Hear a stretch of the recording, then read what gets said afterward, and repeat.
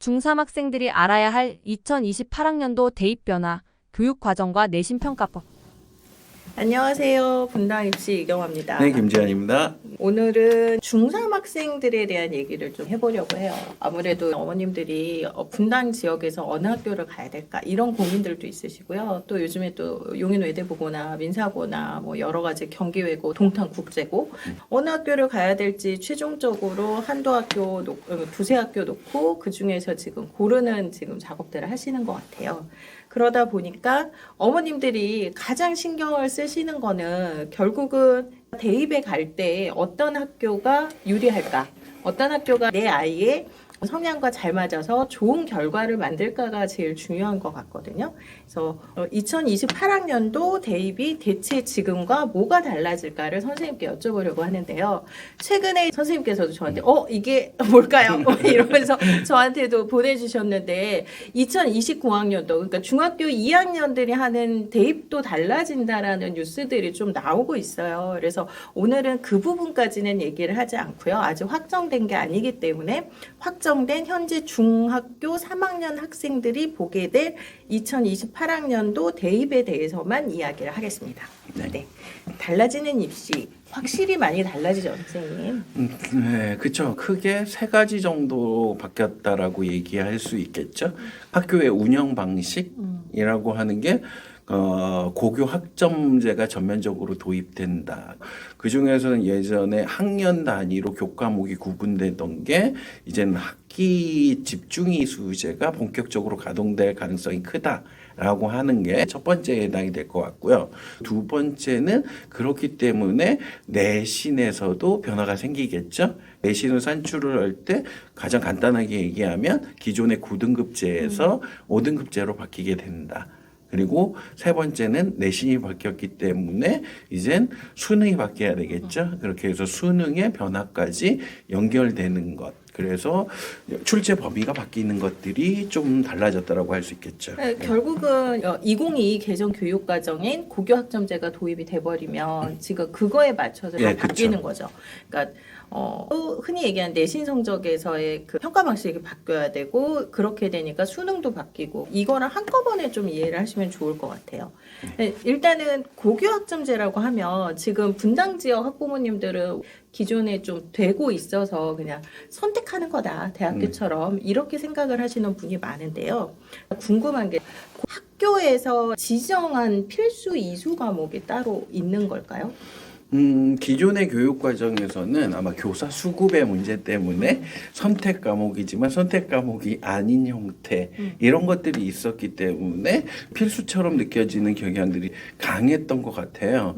그런데 지금 도입되는 교육 과정에서는 그게 힘들어지는 상황이라고 볼 수 있을 것 같아요. 왜냐하면 기존 같은 경우엔 교육 과정의 전제에 있어서 학생의 선택을 지지해 주기는 하지만 그걸 무조건적으로 지지해 주는 느낌은 아니었거든요. 근데 고교 학점제 전반의 기조 자체는 학생이 원한다라고 하면 학교는 그 과목을 개설해 줘야 되는 형태로 바뀌었기 때문에 공통 과목을 제외하고는 학생들의 선택권이 더 많아지는 형태가 되지 않을까라는 생각을 하고 있어요. 네. 그러면은 기존에는 그 학교에서 몇 과목을 주고 그 중에 택3, 뭐 아니면 뭐 택4, 뭐 택2, 뭐 이런 식으로 선택을 하게끔 군을 지어서 이렇게 나왔잖아요. 이게 고교 학점제가 되면 원칙적으로는 그러한 것들은 나오지 않게 되는 그런 상황인 건가요? 기존 같은 경우에는 사회 과목 중에서 몇 과목, 과학 과목에서 몇 과목 이런 식으로 선택을 하게 하다 보니까 좀 뭐라고 해야지? 좀 학생이 선택할 수 있는 경우의 수가 되게 적었죠. 그런데 네네. 최근에 보게 되면 수능에서도 사탐론이 발생하고 네네. 있잖아요. 그런 것들 때문에 한 1, 2년 전부터 탐구 선택에 있어서 2+1, 1+2 형태로 운영되는 학교들이 꽤 많았어요. 그런데 이제는 2022가 되면 뭐가 되냐면 과학, 국어, 수학, 영어를 하나의 묶음으로 가는 거예요. 이 중에서 택3, 택4 형태로 운영되는 학교들이 많아지고 있어요. 그렇게 되다 보니까 그래서 예전 같은 경우에 과학 같은 경우는 원과목은 4과목밖에 없잖아요. 네네. 이 중에서 스택 3을 해버리면 다수가 선택하는 과목 이런 식으로 해서 좀 학교 자체에서 모으는 경향들도 네네. 있었잖아요. 근데 이게 힘들어진다라는 거죠. 어쨌든 학생들의 선택으로 이렇게 네. 간다. 왜냐하면 요거는 뒤에서 조금 더 자세히 얘기할 네네네. 거기 때문에. 그러면은 고교학점제가 도입이 되면은 분당 지역은 큰 혼선은 없겠네요. 가장 문제가 되는 게 수업을 시간표를 짜는 문제거든요. 네네. 저희도 한 1, 2년 전에 이게 처음 도입됐을 때 이게 시간표가 나올까? 애들 공강 엄청 많지 않을까?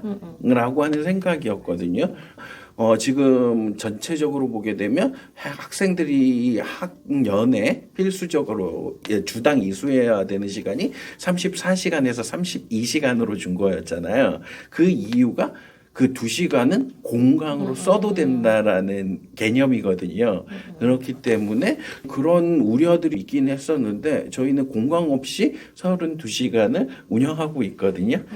기존에서도 2+1, 1+2 네네. 형태로 해서 그 전 단계를 이미 거쳤으니까. 테스트를 했기 때문에 그런 게 한번 경험했던 저희 쪽 학교들은 아마 고교 학점제가 전면적으로 시행된다고 하더라도 큰 탈 없이 움직일 수 있을 거라고 생각을 하고 있어요. 그 다음에 내신의 변화는 어쨌든 9등급에서 5등급으로 바뀌게 되고 그러면은 어떤 그 1등급이라고 소위 말했던 첫 번째 등급이 1에서 한 2등급 정도가 되는 거죠. 네, 그렇죠. 지금 기존의 9등급제에서 1등급은 상위 4%. 네. 그리고 2등급이 11%까지였거든요. 그런데 1등급이 10%로 바뀌었기 때문에 기존의 2등급까지의 다수가 1등급으로 평가받는 형태가 될 수는 있을 것 같아요. 근데 그건 과목별로 다르다라고 얘기를 할 수 있겠죠. 과목별로 다르다라는 건 어떤 과목은 상대평가, 어떤 과목은 절대평가로 운영되는 건 지금 현재하고도 좀 유사하긴 한데 지금 형태 운영되는 교과목 수보다 조금 더 상대평가의 과목의 비중이 더 커졌다라고 보시는 게 더 맞을 것 같아요. 네. 기존의 절대평가였는데 상대평가로 바뀐 대표적인 거. 융합 선택을 제외한 전체거든요. 그리고 융합 선택이라고 하는 것도 제한적인 게 모든 교과목의 융합 선택이 아니라 탐구의 융합 선택만이 절대 평가로 운영될 수 있다라고 하는 거거든요. 과목군이 공통 과목, 일반 선택, 진로 선택, 융합 선택이라고 하는 걸로 나뉘어지거든요. 이 중에서 기존에는 진로와 융합 선택은 무조건 절대 평가였거든요. 근데 진로는 이제 상대평가가 되는 거죠. 그리고 융합 선택 중에서 국어, 영어, 수학, 기타 과목들은 지금 다 이거의 상대평가가 돼버리는 거죠. 그래서 온전히 남아있는 건 융합 선택에서 탐구, 사회와 과학인 경우에만 절대평가로 남는 게 되겠죠. 거의 대부분이 상대평가라고 생각을 네, 해야 되겠네요. 그쵸. 네. 그러면은 일단은 9등급에서 5등급으로 그렇게 바뀐다. 네.